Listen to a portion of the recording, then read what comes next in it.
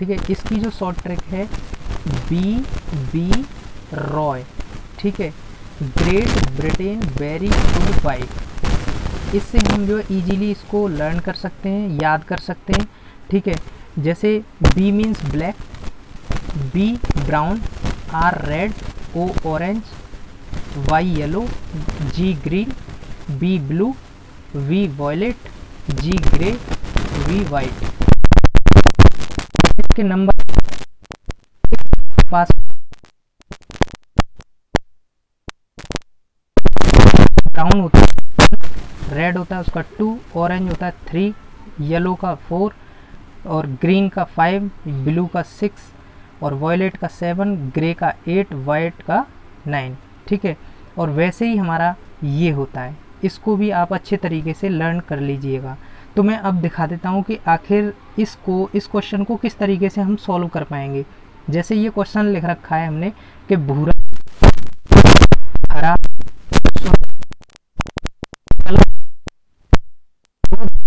करना है, बता सिंपल।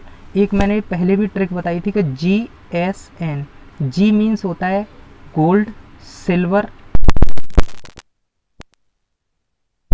इसका मतलब और इसका मतलब होता है 20%, माइनस लगा लें इसके आगे।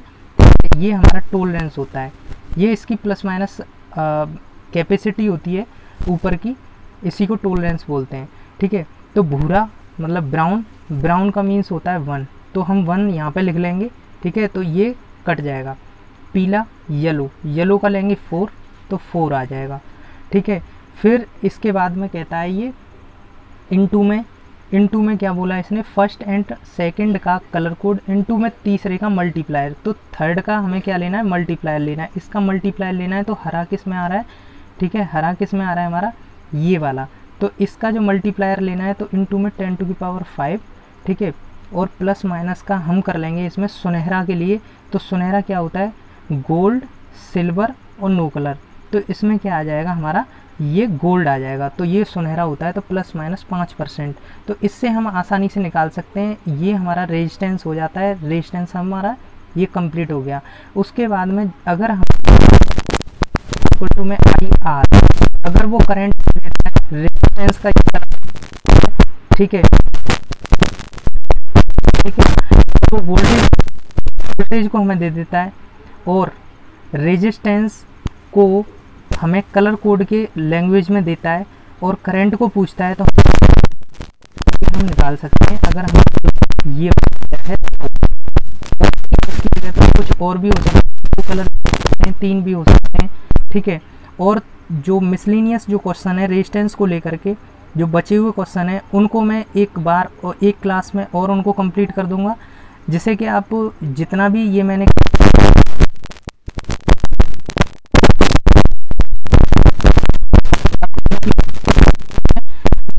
ज़्यादा भावना है, ठीक है। और चैनल को प्रतिरोध पर ताप कैसे पड़ता है, ठीक है, वो मैंने इसमें अच्छे तरीके से डिफाइन किया हुआ है, ठीक है। और जैसे हमारी होती है एक प्योर मेटल होती है, शुद्ध धातु होती है, ठीक है, जिसे हम प्योर मेटल बोलते हैं। अगर रेजिस्टेंस प्योर मेटल का बना हुआ है, ठीक है, जैसे कॉपर का, तो ताप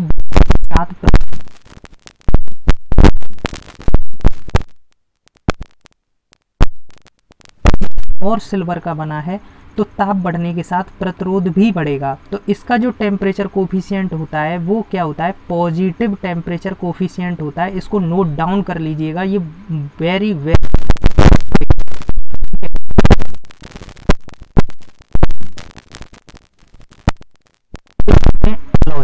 ठीक है। अधातु तो अलॉय बोलते हैं। प्रतिरोध अगर अधातु से बना है, ठीक है, अगर प्रतिरोध है तो ताप के साथ बढ़ेगा, लेकिन बहुत कम मात्रा में, मतलब बढ़ेगा तो सही लेकिन बहुत कम मात्रा में, बहुत निग्लिजिबल मात्रा में, ठीक है। तो उसको हम जो है निगलेक्ट भी कर सकते हैं, ठीक है, उसको हम निगलेक्ट भी कर सकते हैं। तो ये निग्लिजिबल भी मान सकते हैं। और जो बना होता है वो किस किस का बना होता है, एक तो यूरेका, मैंगानीज और कॉन्स्टेंटन का बना होता है। इसको नोट डाउन कर लीजिए, ठीक है, ये भी बहुत इम्पोर्टेंट टॉपिक है, ठीक है, ये इम्पोर्टेंट पॉइंट है, इसको नोट डाउन कर लीजिए, इसको भी आने की संभावना है, ठीक है। आगे चलते हैं, सेमीकंडक्टर, ठीक है, सेमीकंडक्टर बोलते हैं, हिंदी में बोलते हैं उसको अर्धचालक। अर्धचालक बने किसके होते हैं, सिलिकॉन, ग्लास, वार्निश, ठीक है, और इसमें इलेक्ट्रोलाइट भी आ जाता है, ठीक है। इसमें ताप बढ़ने के साथ प्रतिरोध का मान कम होता चला जाता है, ठीक है। इसमें ताप जैसे जैसे हम इंक्रीज करेंगे, जैसे जैसे हम ताप को इंक्रीज करेंगे, ठीक है, जैसे जैसे हम ताप बढ़ाएंगे वैसे वैसे रेजिस्टेंस का मान, रेजिस्टेंस की वैल्यू कम होती चली जाएगी।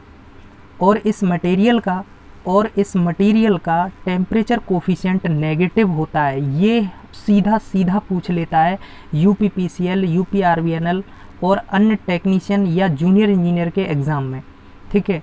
और मैंने आगे एक और पॉइंट लिया है यहाँ पर, टेम्परेचर कोफिशिएंट ऑफ रेजिस्टेंस, जिसमें एल्फ़ा और उसकी यूनिट को लेकर के मैंने बात करी है। तो एक फॉर्मूला होता है, इसको अगर आप बोलोगे तो मैं इसको सॉल्व करके भी बता दूंगा, ठीक है। तो मुझे कमेंट बॉक्स में बता दीजिए प्लीज़ कि RT बराबर में RT इज इक्वल टू में R0 कोष्टक में 1 प्लस एल्फ़ा 0 डेल्टा टी, ठीक है। ये जो है एक मतलब न्यूमेरिकल टाइप का है, जिसे सॉल्व करने के बाद में ये आया है, ठीक है। और इसको जैसे हमारा R0 है तो R0 resistance at 0 degree Celsius, ठीक है, इस पे होता है। RT means resistance at T degree Celsius, delta T change in temperature, ठीक है, और एल्फ़ा 0 टेम्परेचर कोफिशिएंट, ठीक है। तो मुझे इसी की यूनिट निकालनी है, क्योंकि इसका तो पता है आपको ओम होता है, इसका भी ओम होता है, इसका जो डिग्री सेल्सियस होता है, ठीक है, इनका तो पता है लेकिन इसका नहीं पता। तो इसका हम निकाल लेते हैं कि आखिर किस तरीके से होता है। तो इसको मैं सॉल्व कर देता हूँ कि RT बराबर में R0 और इसका 1 प्लस एल्फ़ा डेल्टा टी, ठीक है। RT बराबर में R0 अंदर जाएगा प्लस R0 एल्फ़ा 0 टी, ठीक, एल्फ़ा 0 टी। उसके बाद में मुझे निकालना क्या है, ये निकालना है। तो मैं बात करूँगा इधर, इसको इधर लेकर के जाऊँगा तो ये हो जाएगा RT माइनस का R0 बराबर में R0 एल्फ़ा 0 डेल्टा टी। ये चेंज इन टेम्परेचर होता है, ठीक है। लेकिन मुझे इसकी वैल्यू निकालनी है कि आखिर इसकी वैल्यू मतलब इसकी यूनिट क्या होगी। तो RT बराबर RT माइनस का R0 अपॉन में ये दोनों किसके, इसके नीचे आ जाएंगे R0 और डेल्टा टी बराबर में आ जाएगा एल्फ़ा 0। तो ये हो जाएगा मेरा टेम्परेचर कोफिशिएंट, ये हो जाएगा मेरा टेम्परेचर कोफिशिएंट, ठीक है। अब टेम्परेचर कोफिशिएंट का वैल्यू मतलब यूनिट क्या होगा, तो ये ऊपर वाले का हो जाएगा मेरा ओम, सिर्फ ओम होगा, और नीचे वाले का हो जाएगा ओम, ठीक है।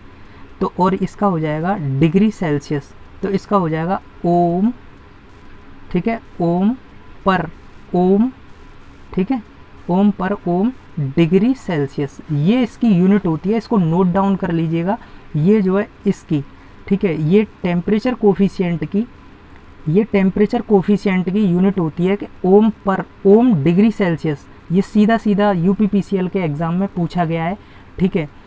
तो चलिए हम यहीं पर फिनिश करते हैं इस सीरीज़ को। जिन स्टूडेंट्स ने हमारा चैनल अभी तक सब्सक्राइब नहीं किया है वो सब्सक्राइब करके बेल बटन को दबा लें, ठीक है, जिससे कि मैं कोई भी वीडियो अपलोड करूं उसका नोटिफिकेशन आपको सबसे पहले मिल सके। Thank you for watching this video.